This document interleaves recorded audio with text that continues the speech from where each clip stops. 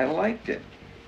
It's just that in most of my work, the laws of physics rarely seem to apply. Welcome to Watch Mojo, and today we're counting down our picks for TV stars who were unable to achieve a similar level of success on the big screen. Did you learn nothing from my chemistry class? No. You flunked me. Remember? Number 20, Nathan Fillion. So, what have you always wanted to do? Chippendales. Or the NFL. I'm not picky. Nathan Fillion has had a number of prominent runs on television, from the short-lived but much-loved Firefly to the long-running Castle and The Rookie. However, turning that into success on the big screen, well, it just hasn't happened. Sure, he's been in plenty of movies, but mostly in smaller and supporting roles, and nothing that in any way would have people thinking of him as a movie star rather than a TV one. Although, he has been cast as Green Lantern in the upcoming Superman reboot and the launch of the DCU, so maybe things will change after that, but we wouldn't swear to it by our pretty floral bonnet. See, this is another sign of your tragic space dementia, all paranoid and crotchety. Breaks the heart. Number 19, Misha Barton. So, is this your first film? No, it's my 22nd. Yes, Misha Barton had a small part in Notting Hill and was even in The Sixth Sense, but it wasn't her appearances in those two major blockbusters that got her named the It Girl of 2003 by Entertainment Weekly. And not just because both those films came out in 1999. Nope, Barton was the It Girl because of the OC. Her role as Marissa Cooper on the hit series brought her the recognition, the fame, and the Teen Choice Awards that she hadn't found in the movies before or since. Who are you? Whoever you want me to be. Okay. Number 18, David Caruso. You want to get in some trouble? I'm up for that. David Caruso was relatively unknown in 1993 when he landed the role of Detective John Kelly in the new series NYPD Blue. The series was critically acclaimed and ran for 12 seasons. Caruso, however, only lasted 26 episodes. And crazy enough, that was his choice. The show made Caruso an instant star and a household name, and after the first season, he was ready to take that star power to the movie screen. Caruso left the show, and in 1995, starred in two major films, Kiss of Death and Jade. Unfortunately for him, both films were awful, and his big movie career never materialized. It took a few years, but he did find success back on TV with CSI Miami in the aughts. No friction burn, right? Means no seatbelt. So he might be our shooter? Yes, the question then becomes, why would you shoot your own pilot? Thank you, gentlemen. Number 17, Nina Dobrev. Okay, look.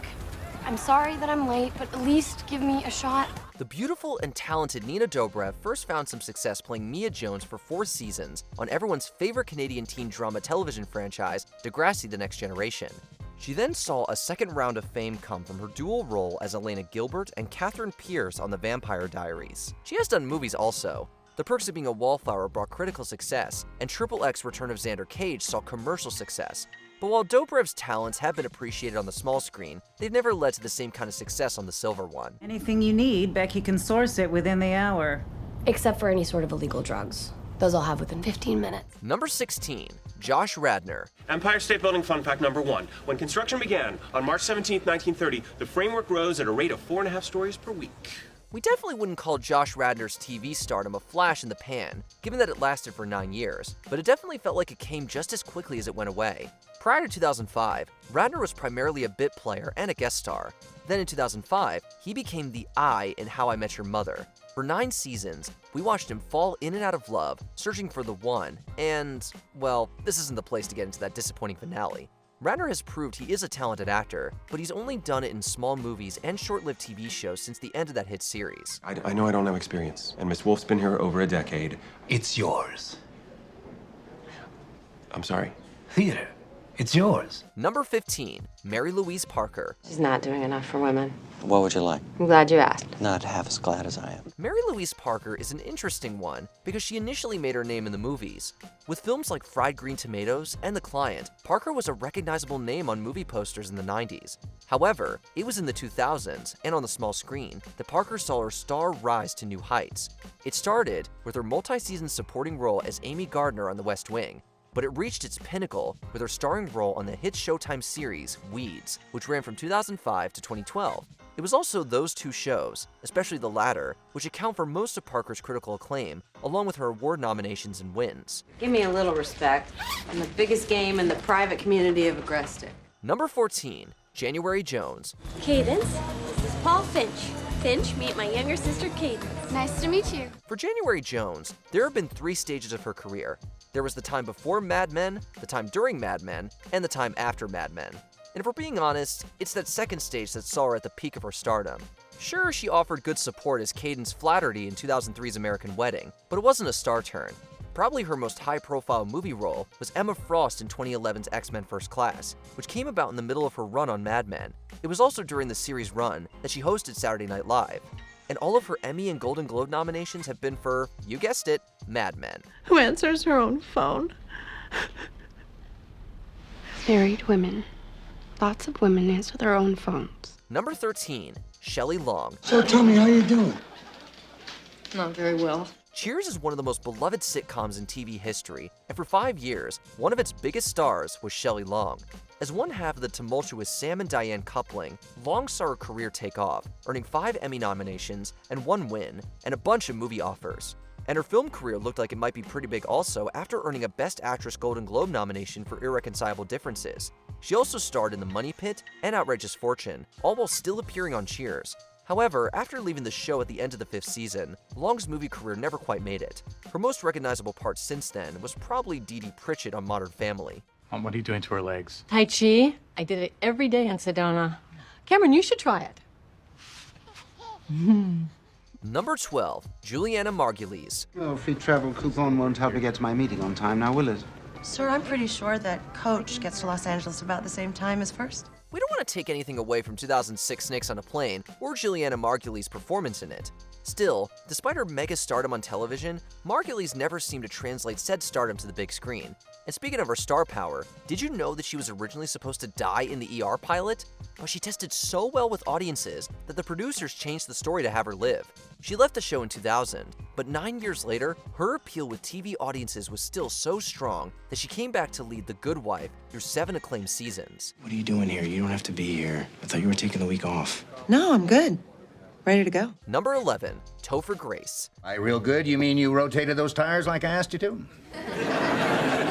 Dad, don't they rotate every time I drive? Topher Grace's career got off to a great start when he was cast as Eric Foreman on That 70s Show. That's right, that was Grace's first acting job. So to say he went from a total unknown to a TV star in just a year or two is pretty accurate. After he left the show in 2005, it looked like he was on the movie star path. His role in the well-received In Good Company put him front and center in the lead role. Then a couple of years later, he was Venom in Spider-Man 3. He was talented and likable, and some critics were even calling him the next Tom Hanks. Well, long story short, he wasn't. Ooh, my spider sense is tingling. Number 10, Michael C. Hall. What are we supposed to do, just throw Dad in the back of Claire's car? It is a hearse. Most actors are lucky to get a part in one great television show, let alone have a starring role in 2. One of which, 6 Feet Under, is often talked about among the greatest of all time. And after that show ended in 2005, what did Michael C. Hall do? Well, just 1 year later, he was back on TV killing it in Dexter.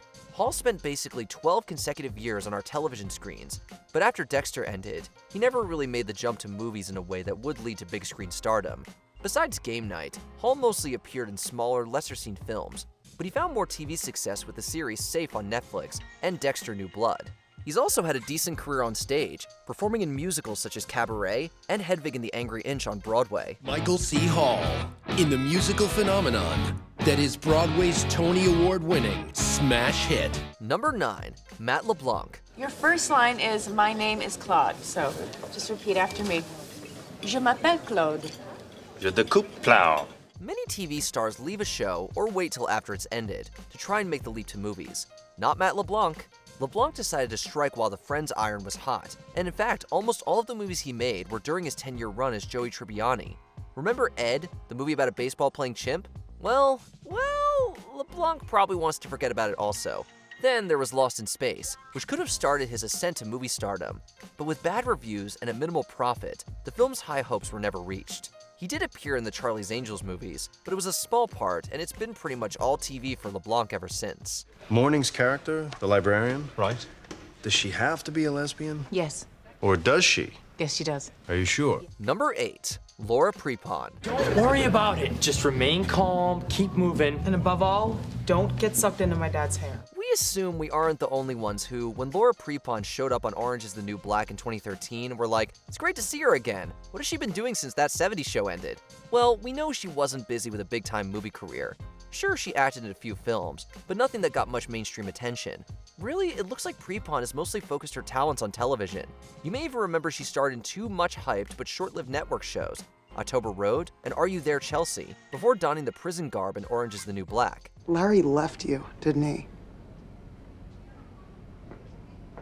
And that's why you're fake fine with me. Number 7, Matthew Fox. Would you stop? Is everything okay? Is there a problem, Charlie? Everything's fine, Mrs. Elson. We'll be back tomorrow morning to finish up. From Party of Five to Lost, Matthew Fox starred in over 250 episodes of television in the 90s and 2000s that many of us will never forget. However, when it comes to Fox in the movies, the struggle is remembering what films he's even been in.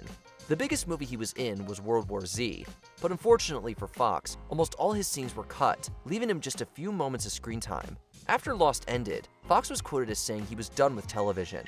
However, he was soon done with the movies also, as he hasn't even been in a film since 2015. I'd let the fear in, let it take over, let it do its thing. But only for 5 seconds, that's all I was gonna give it. Number 6, Zack Braff. My question is this: if we're both singing along and knowing that otherwise I would never use the word, am I allowed to say? No. See, that's good for me to know. I didn't know that. When it comes to Zack Braff, most of us probably think of two things: Scrubs and Garden State. The former is the awesome television show that made Braff a household name, and the latter is the film he got to make, probably because Scrubs had made him said household name. Braff had always wanted to be a filmmaker. He wrote and directed the film, and it was a critical hit as well as a commercial one, taking home $35 million and on just a $2.5 million budget. Braff looked on the verge of a long and acclaimed movie career, but alas, no. Since Garden State, he hasn't starred in anything of note, and his next two directorial efforts received mixed reviews and little fanfare. Oh, come on. What is wrong with you, man? Get it together. Number 5, Taylor Kish. What are you doing? Lost my keys. You look like crap. Taylor Kish grew up playing ice hockey, but it was his role as a high school footballer, Tim Riggins, on Friday Night Lights that made him a star. And not just any star, the kind that the Hollywood Reporter listed as pushing or being pushed into taking over Hollywood as the new A-list. And that push came fast and hard after the end of Friday Night Lights. The year after the show ended, Kish starred in Oliver Stone's Savages and two mega expensive blockbuster wannabes, Battleship and John Carter.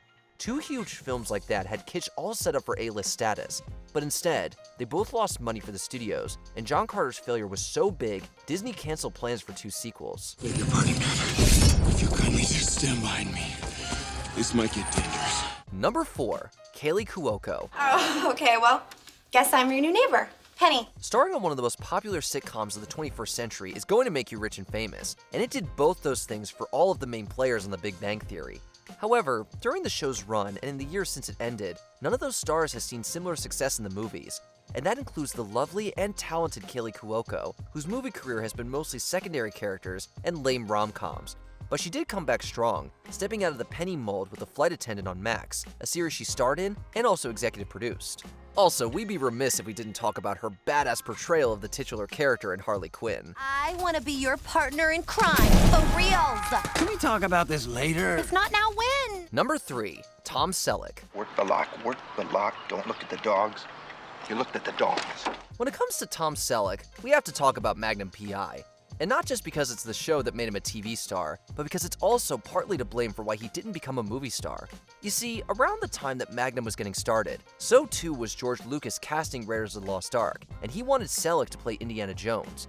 However, when CBS realized how in demand he was, they greenlit Magnum, and Celic had to honor his contract, forcing him to turn down Raiders. Who knows what that would have done for Celic's movie career? But as he put it in a 2021 interview, so I did Magnum. That's not so bad, is it? Like I said, funny the things a grown man will do for a living. Number 2, David Duchovny. Actually, I'm looking forward to working with you. I've heard a lot about you. Oh, really? I was under the impression that you were sent to spy on me. The truth is out there. And it's telling us that David Duchovny has built an impressive TV resume. But on the silver screen, he never became the star-leading man some predicted.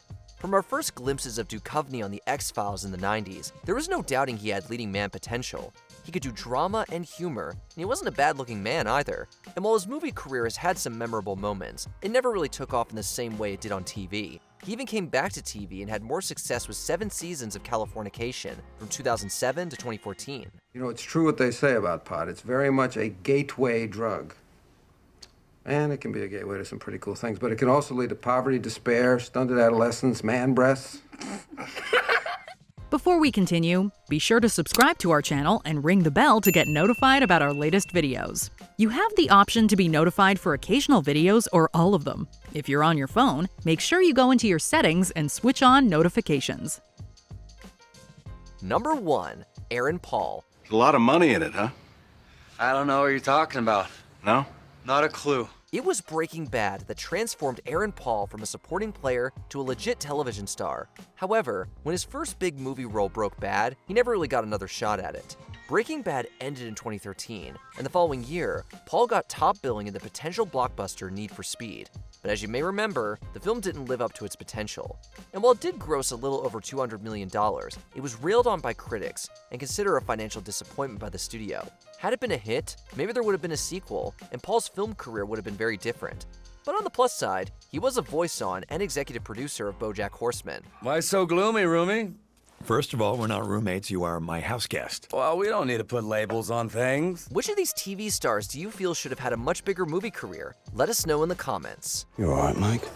Why have enemies when you can have friends? Did you enjoy this video? Check out these other clips from WatchMojo, and be sure to subscribe and ring the bell to be notified about our latest videos.